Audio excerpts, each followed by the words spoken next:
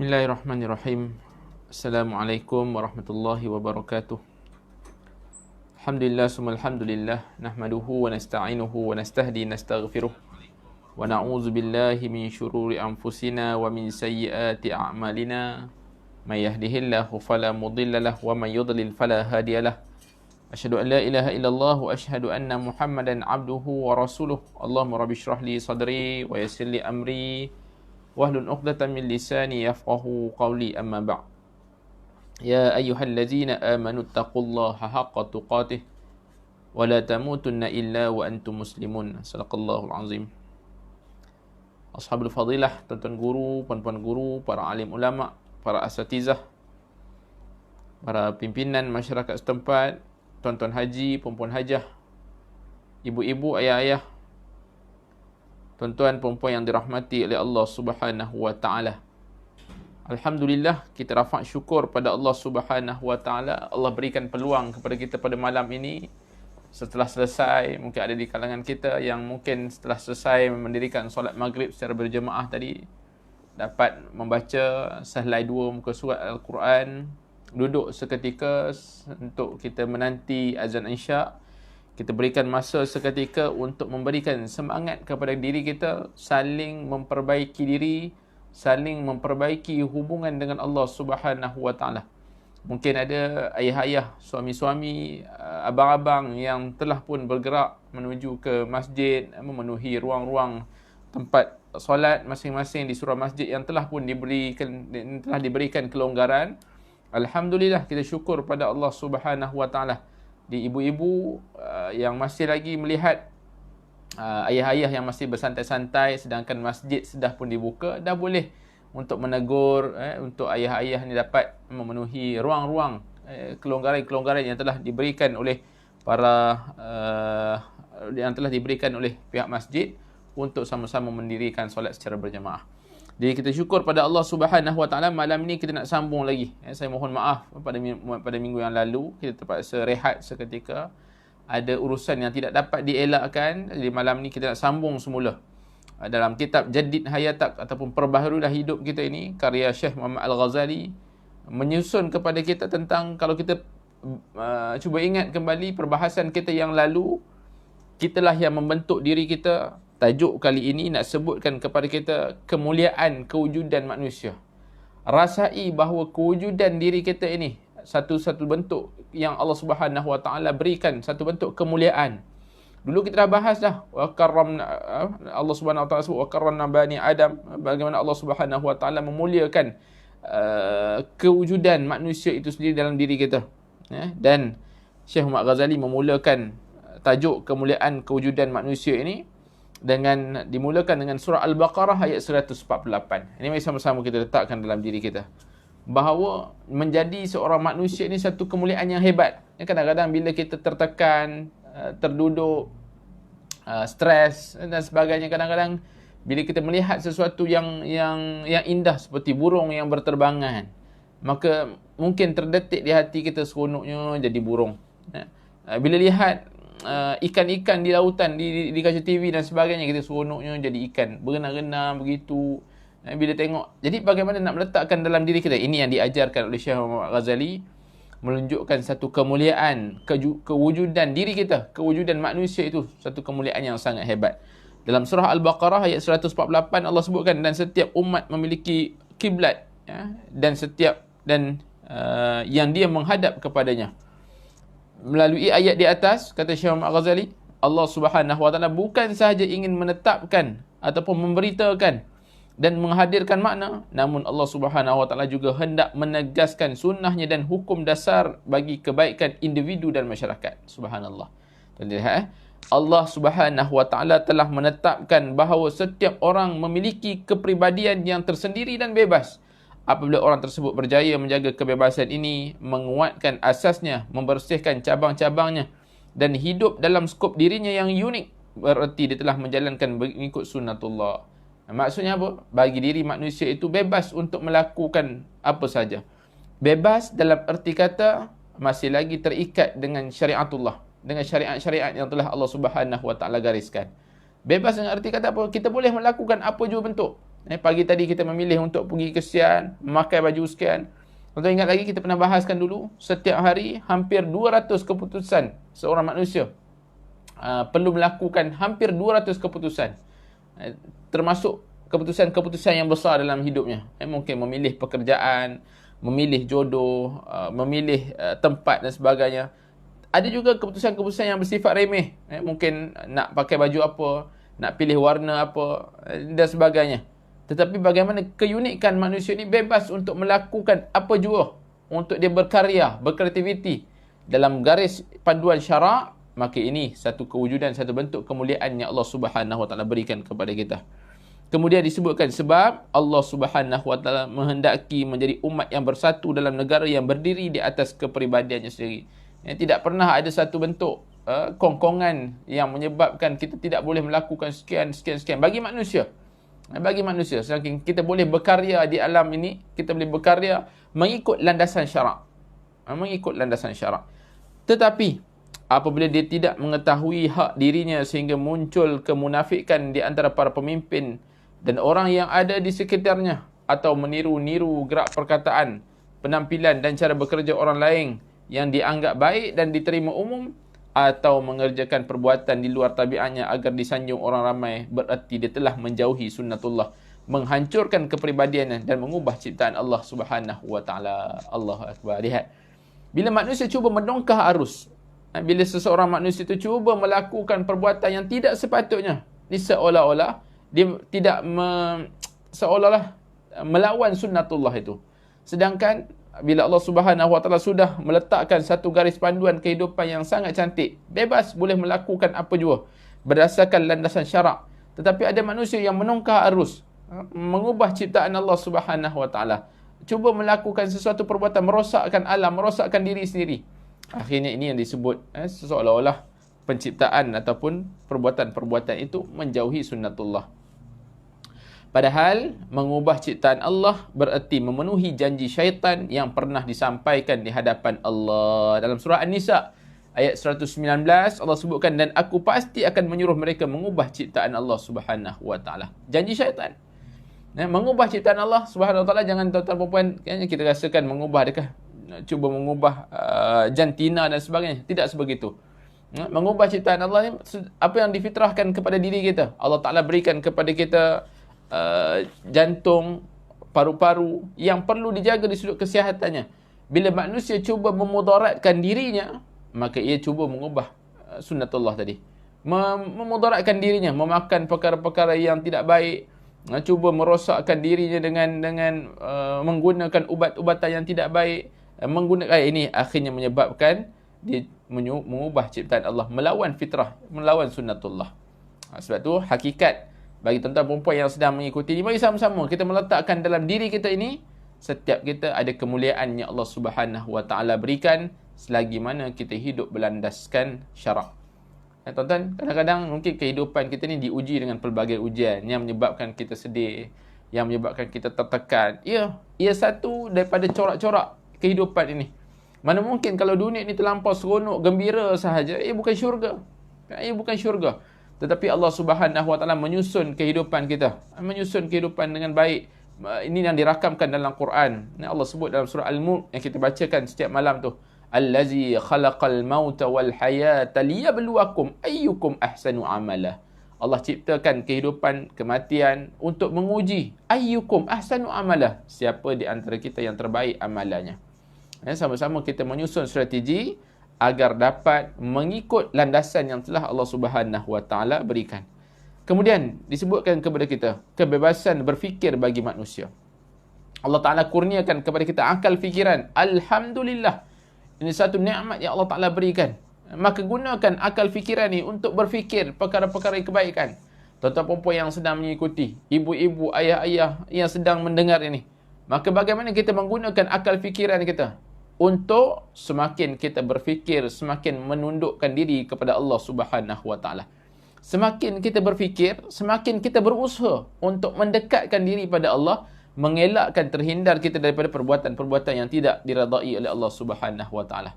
Semakin kita berfikir, semakin kita beristighfar, merenung dosa-dosa yang kita lakukan agar Allah Subhanahu wa taala ampunkan dosa kita. Fungsi yang Allah Taala berikan kepada kita. Melalui ayat yang sama tadi yang kita bacakan 148 Baqarah, Allah Subhanahu wa taala juga hendak menetapkan bahawa setiap manusia memiliki hak memilih hala tuju sesuai dengan keinginannya untuk melayani diri dan masyarakat. Jelasnya, setiap orang mempunyai hak untuk hidup bebas dalam skop masyarakat yang harmoni, sebab pemilihan arah ini harus bersumber daripada nuraninya dan daripada petunjuk hati serta perasaannya. Bukankah kita memilih untuk kita tinggal di mana, rumahnya bagaimana, semua hak-hak kebebasan yang diberikan oleh Allah Subhanahu wa taala. Tentang urusan dunia, maka kita uruskan sebaiknya. Jadi Allah Ta'ala kurniakan kepada kita fikiran. Akhirnya kita buat rumah kita, menyusun. Alhamdulillah bila Allah kurniakan kepada kita rezeki, kita susun bagaimana strategi untuk adanya bilik-bilik di rumah kita, adanya ruang ibadah di rumah kita. Andai Allah berikan kepada kita rezeki yang seadanya, bagaimana untuk kita menyusun seadanya, ini adalah nikmat yang Allah Ta'ala berikan. Maka mungkin rumah kita kecil, tapi rahmat melimpah-limpah. Ketenangan Allah Ta'ala berikan kepada kita. Jangan pernah kecewa dengan saiz rumah kita. Contohnya apa tuan-tuan?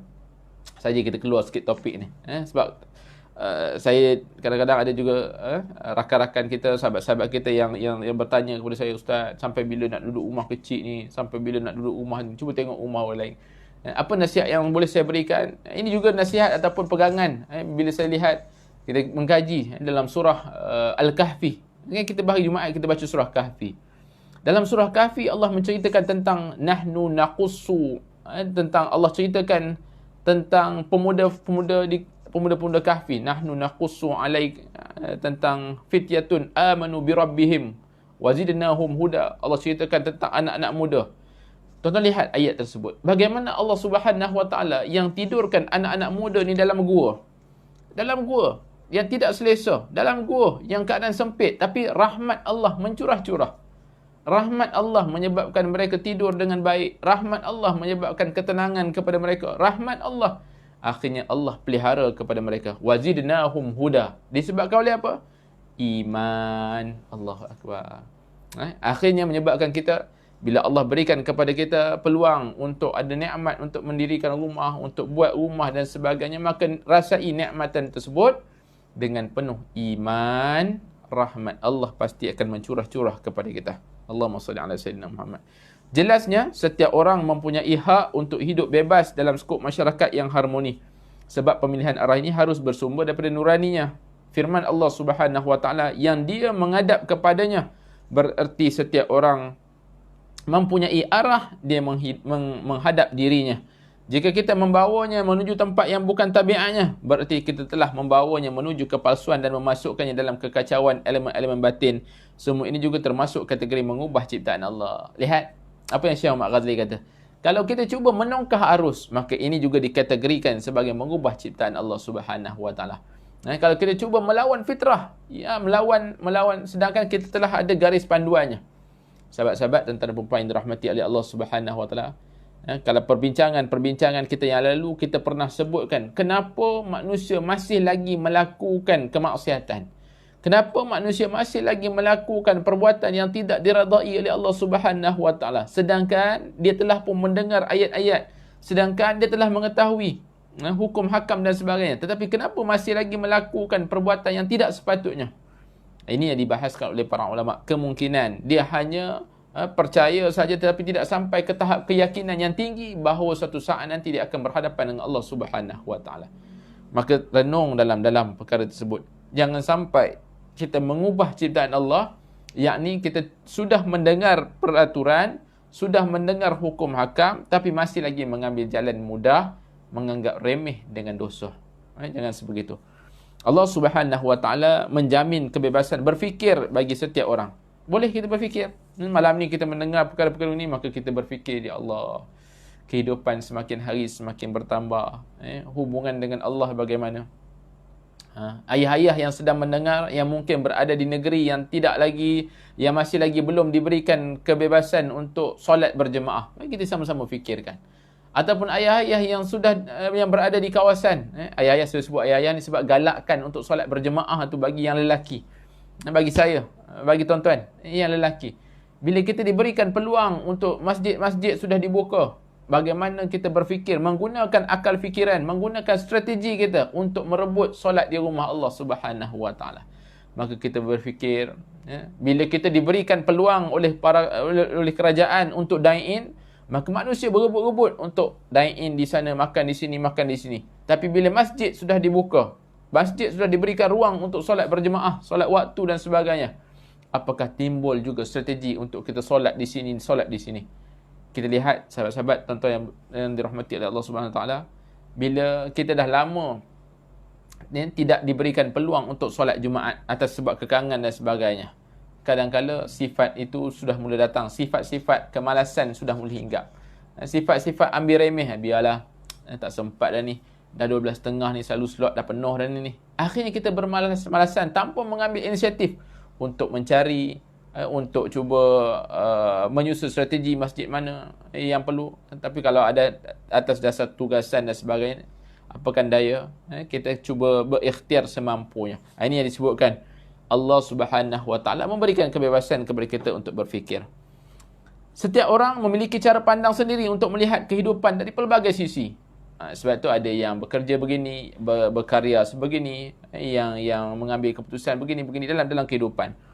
Tidak ada seorang pun tahu di sisi mana kebenaran dan kebaikan berada. Barangkali orang yang diberi keluasan berfikir itu yang sukar menemukan hikmah dan kebenaran, sementara orang biasa dapat menemukannya dengan mudah dan jelas. Maka gunakan akal fikiran kita. Saya nak mudahkan ayat ini, tuan-tuan.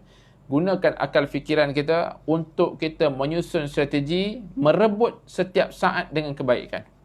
Ini disebut bagaimana nak menjadi manusia yang rabbani, yang bersifat ketuhanan, yang bersifat sentiasa merebut apa yang Allah sukakan, sentiasa merebut apa yang Tuhannya sukakan. Maka salah satunya ialah zikrullah, sentiasa mengingati Allah. Apa maksudnya ulama kata sentiasa mengingati Allah ini? Sentiasa mencari ruang untuk melakukan perbuatan yang disukai oleh Allah Subhanahu Wa Taala. Tanya dalam diri kita, hari ini apa perbuatan kita yang meraih kasih sayang Allah? Hari ini apa perbuatan kita, perkataan kita? Adakah perkataan-perkataan yang keluar di mulut kita hari ini mengundang kasih sayang Allah ataupun mengundang kemurkaan Allah? Apakah perbuatan kita hari ini? Kita lazimi bersedekah, kita mungkin menziarahi, kita mungkin apa juga perbuatan, adakah mengundang kasih sayang Allah ataupun tidak? Maka gunakan akal fikiran ni. Andai Allah masih lagi beri peluang kepada kita untuk hidup Jumaat pada minggu depan, bagaimana persiapan kita? Dengan menggunakan akal fikiran. Hari ini aku nak habiskan kahfi, hari ini aku nak tambahkan selawat, hari ini aku nak banyakkan berdoa. Disebabkan apa? Berfikir, menggunakan akal, menyusun strategi yang Allah Ta'ala berikan kepada kita. Ini yang disebut Allah Ta'ala berikan keluasan berfikir yang akhirnya untuk kita dapat menemukan hikmah-hikmah. Mungkin jangan kita rasa seolah-olah dia mungkin pandai, akhirnya tidak sebegitu. Ini yang disebutkan, barangkali orang yang diberikan keluasan berfikir itu sukar menemukan hikmah dan kebenaran, sementara orang biasa dapat menemukan mudah dan jelas. Akhirnya begitu. Jadi melihat kehidupan dari pelbagai sisi akan memungkinkan kita menggapai lebih banyak kebenaran dan kebaikan. Lihat daripada pelbagai sudut. Jangan hanya tertumpu kepada satu sudut saja. Yang menyebabkan apa? Akhirnya kita terduduk, sedih, menyalahkan takdir. Inilah berkali-kali kita sebut, sahabat-sahabat, tuan-tuan dan puan-puan. Berdamailah dengan takdir. Berdamailah dengan takdir. Bila kita berdamai dengan takdir, tuan-tuan, ini bukan perkara yang mudah. Saya sebut awal-awal lagi. Sahabat-sahabat, tuan-tuan dan puan-puan dirahmati oleh Allah, ini bukan perkara yang mudah. Saat diuji dengan sesuatu babak, sesuatu peristiwa, sesuatu momen, akhirnya kita terduduk. Kita mungkin boleh sebut tak apa, berdamailah dengan takdir, redha, istilahnya redha lah. Tapi saat nak bangkit semula, ia mungkin memerlukan tangan untuk dipapah. Ia mungkin memerlukan sesuatu untuk dipaut. Ia mungkin memerlukan sesuatu kata-kata untuk diberikan semangat dalam diri. Yakinlah, setiap yang sukar itu akan disusuli dengan kesenangan. Maka bangkit daripada kesukaran, bangkit daripada kemurungan untuk kita kembali kepada yang disukai oleh Allah Subhanahu Wa Taala. Kebebasan berfikir bukan bererti manusia diberi pilihan antara mengoptimuskan potensi akalnya atau tidak mengoptimumkannya. Misalnya, jika ia ingin, dia akan berfikir dan memusatkan fikirannya, dan jika tidak, dia akan mengabaikan semua yang ada di sekitarnya dan membiarkan fikirannya tidak bekerja. Ini bukanlah erti kebebasan berfikir. Bukannya memilih antara tidak berfikir dan berfikir, bukan sebegitu. Setiap potensi yang dianugerahkan oleh Allah Subhanahu Wa Taala kepada kita memiliki haknya sendiri. Hak semua potensi itu harus dioptimumkan dan digunakan. Inilah inti kepada sikap bersyukur kepada Allah Subhanahu Wa Taala. Apa tanda kita bersyukur? Menggunakan setiap nikmat Allah pada jalannya. Itu tanda kita bersyukur. Bukan sekadar di mulut. Ya, di mulut kita sebutkan Alhamdulillah. Tapi tanda kita menggunakan, bila tanda kita mengaplikasikan syukur itu dengan apa? Kita menggunakan, mengoptimumkan segala perbuatan-perbuatan kita pada jalan Allah Subhanahu Wa Taala. Ketika membiarkan potensi itu menganggur atau mengabaikannya, berarti kita telah melakukan salah satu bentuk pengingkaran terhadap nikmat Allah Subhanahu Wa Taala. Ada tak waktu-waktunya? Ya, mungkin ada waktu-waktunya yang kita terpaksa seolah-olah kita rasa dunia menghimpit dan sebagainya. Akhirnya kita nak bangun semula, bangkit semula daripada kegelapan, cuba mencari ruang-ruang yang insya-Allah mudah-mudahan ada kebaikannya. Baik Puan Rizita, insya-Allah mudah-mudahan doakan saya insya-Allah. Bernilaikah orang yang hidup tanpa menggunakan akalnya? Bernilaikah umat yang sepanjang hidupnya tidak mahu meneliti pelbagai perkara dan mencari kebenaran di dalamnya? Sungguh tidak bernilai sekali. Syekh Muhammad Ghazali sebutkan kepada kita, seandainya kita tidak menggunakan akal fikiran, seolah-olah tidak ada nilai kehidupan ini. Tidak ada nilai dalam mencari kebenaran dalam dunia ini. Bayangkan berapa banyak manfaat yang terlepas dan mudarat yang didapati jika usaha pencarian terhadap kebenaran dan sumber kebaikan tidak dilakukan. Seandainya kita dah diberikan peluang untuk melakukan kebaikan, kita diberikan peluang untuk berada di tempat-tempat yang tertentu untuk kita melakukan kebaikan, tapi tidak menggunakan akal kita dengan baik, tidak berfikir dengan baik, maka masa akan membunuh kita. Masa akan membuatkan kita akhirnya kita tidak melakukan apa-apa. Kita akan membiarkan peluang itu terbiar begitu saja. Sedangkan kita boleh melakukan kebaikan, kita boleh menyebabkan manusia lain akan mendapat manfaat dan sebagainya. Ringkasnya, kebebasan berfikir ialah hak semula jadi semua orang. Oleh itu, hak ini harus ditunaikan, harus dipenuhi dan harus dikerjakan. Kebebasan berfikir ialah penjaga keadilan dalam kehidupan bermasyarakat dan batasan yang menghalang hakim bertindak sewenang-wenangnya dalam memutuskan sesuatu perkara. Apa kesan masyarakat yang dihalang daripada berfikir? Ini kempen untuk kita sentiasa berfikir dengan baik, berfikir, membaca dan sebagainya tentang ilmu. Pemimpin masyarakat yang kuku besi tidak akan tegak bertahan kecuali jika masyarakatnya tidak lagi menggunakan akal dan pemikiran. Seandainya masyarakat tidak menggunakan akalnya untuk berfikir, maka penguasa-penguasa akan sewenang-wenangnya menidak-nidakkan kita, akan seolah-olah memijak-mijak diri kita. Penguasa seperti itu juga tidak akan pernah mampu melarang masyarakat mengoptimumkan akal dan pemikirannya kecuali pada pelbagai hal yang mereka sendiri kehendaki. Sebagai contoh, tuan-tuan, dulu Fir'aun sangat memahami kenyataan ini. Kerana itu dia menghapuskan kebebasan berfikir dan berkata apa? Dirakamkan dalam Quran surah Al-Mu'min ayat 29. Aku tidak mengemukakan kepadamu melainkan apa yang aku pandang baik dan aku tidak menunjukkan kepadamu selain jalan yang benar. Di sini disebutkan Fir'aun menyekat pendapat dan pemikiran kaumnya, melarang mereka berpendapat selain pendapat yang dia sendiri setujui ataupun diarahkan. Apa yang dilakukan Fir'aun ini termasuk membantutkan potensi mengubah ciptaan Allah dan memenuhi perintah syaitan. Kita ambil pendekatan yang mudah, sahabat-sahabat, tuan-tuan, puan-puan. Kita ambil pendekatan yang lebih kecil. Mungkin kalau nak bincangkan perkara yang besar, boleh kesannya. Kita lihat kesan apabila kita cuba cuba untuk menyekat kebebasan berkarya anak-anak kita di rumah. Adakah kita hanya meletakkan kita sahaja yang boleh buat keputusan? Pendapat kita sahaja yang betul. Pendapat kita sahaja yang tepat. Apa kesannya? Kesannya anak-anak malas berfikir. Ahli-ahli keluarga kita tidak mampu lagi untuk memberikan karya-karya yang hebat dalam berkeluarga. Akhirnya menyebabkan keluarga itu, sebab kita rasa keputusan kita sahaja yang betul. Ini kesannya. Akhirnya menyebabkan masyarakat yang tidak berkembang dengan baik. Kesan apabila bebas berfikir pula. Apabila kita berikan ruang untuk berfikir dan sebagainya, Syekh Muhammad Ghazali sebutkan kepada kita, apa yang mungkin terjadi apabila setiap orang bebas mengekspresikan pemikiran, kecenderungan, kepribadian dan orientasi kehidupannya. Bukankah itu akan menimbulkan kekacauan dan perpecahan dan cerai-berai di samping semakin banyaknya orang jahat yang diikuti, nafsu yang dituruti, sombong atas pribadi? Kalau kita fikir bebas ni maksudnya boleh buat apa saja ke? Prinsip kebebasan tidak akan menimbulkan kesan negatif jika tabiat manusia dihasilkan daripada kebaikan murni yang tidak bercampur dengan potensi keburukan. Syaratnya apa tadi? Saya sebut dah awal tadi. Syaratnya apa? Masih lagi landas syarak. Syaratnya apa kat sini? Tabiat manusia dihasilkan daripada kebaikan murni tidak bercampur dengan potensi keburukan. Perlu diingat, dalam tabiat fitrah manusia terkadang juga unsur-unsur kebodohan selain unsur rohani yang tinggi. Jadi memutlakkan prinsip kebebasan tanpa disertai batasan sama saja dengan menyerahkan pada kekuatan jahat yang dapat menimbulkan kerosakan bumi. Akhirnya apa?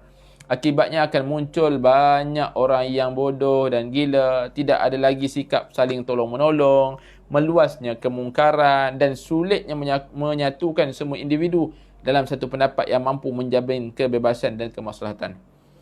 Bebas berfikir tidak ada masalah, tetapi kalaulah potensi keburukan yang dicanangkan, yang digunakan, maka akan menyebabkan banyak perpecahan dalam kehidupan. Sebab itu firman Allah Subhanahu Wa Taala tadi yang kita bacakan menetapkan beberapa syarat dan batasan yang dapat menghindarkan kita daripada keburukan prinsip kebebasan dan menjamin kita meraihnya. Sebab itu dalam kita diberikan kebebasan berfikir, Allah Taala dah gariskan dah batas-batas syarat kebaikan. Jangan digali, jangan dihidupkan potensi-potensi keburukan. Allah sebut tadi dalam surah Al-Baqarah ayat 148, maka berlumba-lumbalah kamu dalam kebaikan.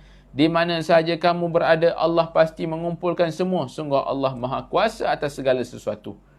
Apabila setiap orang memiliki orientasi masing-masing, maka orientasi itu harus memiliki tujuan tertentu yang akan dicapai. Kita tidak akan dapat membayangkan adanya orientasi yang tidak memiliki tujuan atau maksud yang hendak dicapai kecuali pada diri orang yang bodoh ataupun gila. Setiap daripada kita ni pasti memiliki tujuan-tujuannya. Sahabat-sahabat tuan-tuan yang dirahmati Allah Subhanahu Wa Taala, cuba tanya dalam diri kita, apa tujuan kehidupan kita? Kenapa Allah ciptakan kita? Cuba tanya dalam diri kita. Malam ni cuba kita fikir, kenapa aku diciptakan? Apa tujuan kehidupan aku sebenarnya? Adakah hanya menuruti putaran kehidupan manusia biasa saja? Bayi, sekolah rendah, sekolah menengah, masuk universiti, ataupun dah bekerja, berkahwin, dapat anak, dapat cucu, mati. Adakah hanya sekadar itu sahaja pusingan kehidupannya? Atau bagaimana? Ini disebutkan ni. Kalau kita tidak memiliki tujuan tertentu, maka akhirnya kita tidak, seolah-olah hidup kita ni terumbang-ambing. Kalaulah hidup kita ini tidak mempunyai arah tujuan, setiap daripada kita ni letakkan tujuan kita. Allah Subhanahu Wa Taala sebutkan dalam Quran, tidak aku ciptakan jin dan manusia itu, wa ma khalaqtul jinna wal insan illa liya'budun, kecuali untuk beribadah. Jadi tujuan kehidupan kita diciptakan ni untuk beribadah dalam arti kata skop yang luas. Apa jua perbuatan kita, perkataan kita yang diniatkan kerana Allah Subhanahu Wa Taala, maka akan dinilai sebagai ibadah. Tanya dalam diri kita, siapa pun kita ini, di mana pun kita bekerja, di mana pun kita beraksi, maka beraksi dengan baik untuk menatijahkan dinilai sebagai ibadah kepada Allah Subhanahu Wa Taala.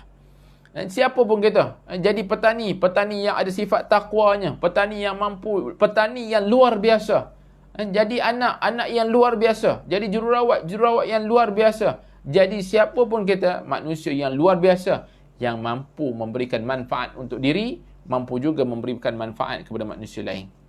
Allahumma salli ala sayyidina Muhammad. Inilah yang diajarkan oleh Nabi, junjungan kepada Nabi sallallahu alaihi wasallam kepada kita, bagaimana untuk menggunakan setiap saat kehidupan ini agar bernilai di akhirat kelak. Seandainya kita memandang remeh, tidak ada tujuan kehidupan ini, kita menganggap bahawa hidup ini hanya putaran kehidupan biasa saja. Orang sekolah, kita pun sekolah. Orang kerja, kita pun kerja. Orang pergi kedai, kita pun pergi kedai. Tunggu mati je lah. Habis orang pencen, kita pun pencen. Minta maaf sebut, sahabat-sahabat, tuan-tuan dan perempuan, minta maaf sebut ayah-ayah, ibu-ibu yang mungkin setelah pencen. Dia bukan pakai istilah pencen, dipanggil istilah buat apa sekarang ni? Tak ada apa, RTM. Oh, lepas habis kerja kat RTM ke? Kita ingat macam RTM TV. RTM TV tu ke? Bukan. RTM apa? Rehat tunggu mati. Masya Allah. Subhanallah. Mana lihat? Rehat dalam arti kata apa? Bukan rehat semata-mata ni. Lihat bagaimana Nabi SAW mengajarkan kepada kita. Semakin di penghujung usianya, semakin semangat untuk menyumbang sesuatu menurut kemampuan diri kita. Menurut kemampuan. Apa yang kita ada. Mungkin waktu itu, waktu ini, setelah kita pencen, kita ada kemampuan di sudut hartanya. Maka dengan harta itu kita cuba mencari ruang-ruang untuk memberikan manfaat kepada manusia lain.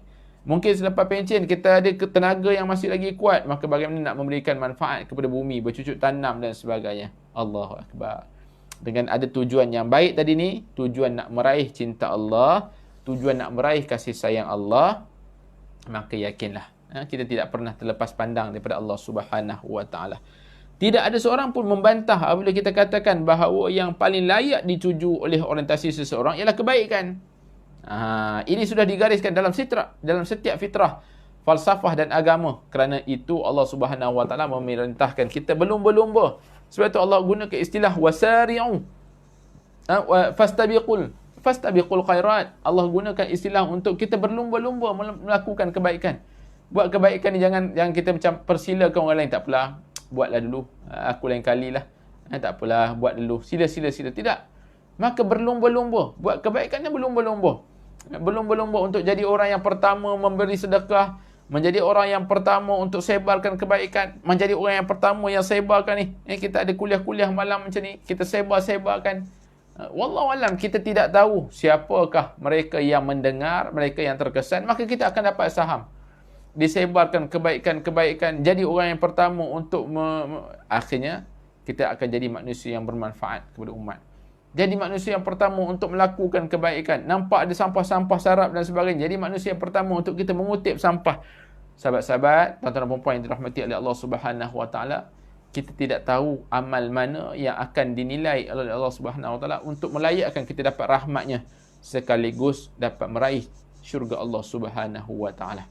Bukan mudah, tetapi tidak mustahil.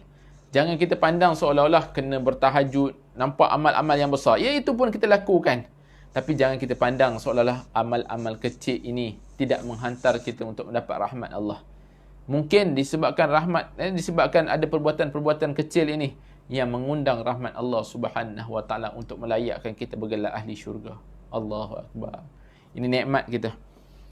Artinya apa? Jadikanlah kebaikan sebagai tujuan dalam setiap orientasi kita. Mula nak melangkah kaki keluar daripada rumah saja, letakkan kebaikan yang perlu kita lakukan.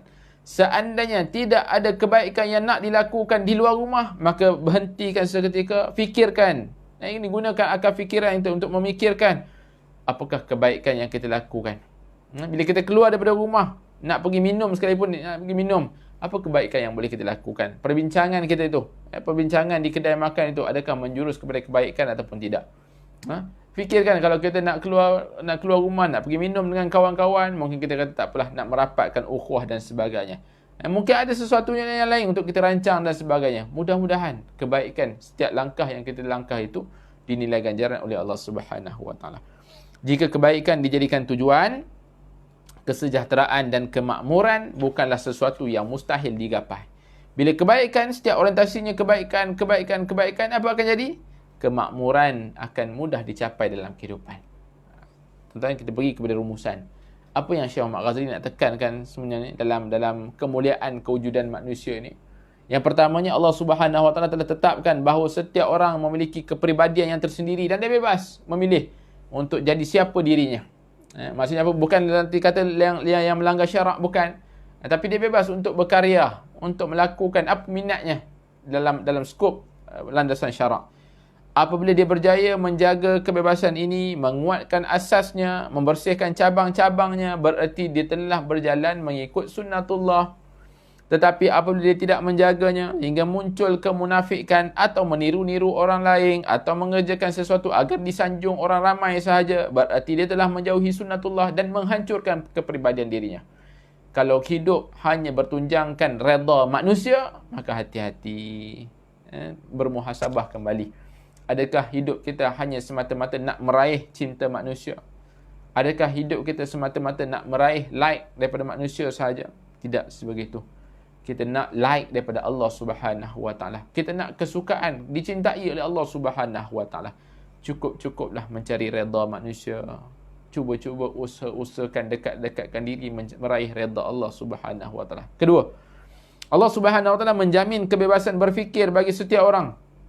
Setiap potensi yang dianugerahkan oleh Allah kepada kita memiliki haknya tersendiri. Hak semua potensi itu harus dioptimumkan, digunakan. Inilah inti kepada sikap bersyukur. Bila Allah Ta'ala berikan kepada kita berfikir, nikmat berfikir ini, maka kita maksimumkan untuk kita berfikir nak melakukan kebaikan.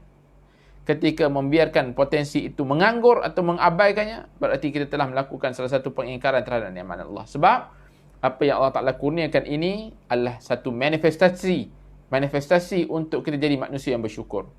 Dengan Allah Ta'ala berikan kepada kita kebebasan berfikir ini, akhirnya kita nak buat itu yang kebaikan, nak buat yang ini dengan penuh kebaikan. Maka Allah Subhanahu Wa Ta'ala memberikan kepada kita kebaikan. Yang ketiga, adakah jika setiap orang bebas mengapresiasikan pemikirannya akan menimbulkan kekacauan dan kesombongan? Tidak sepatutnya, tidak semestinya. Prinsip kebebasan tidak akan menimbulkan kesan negatif jika tabiat manusia dihasilkan daripada apa? Kebaikan murni yang tidak bercampur dengan potensi keburukan. Maksudnya apa? Berfikir di atas garis panduan kebaikan, maka pasti tidak akan menghasilkan keburukan.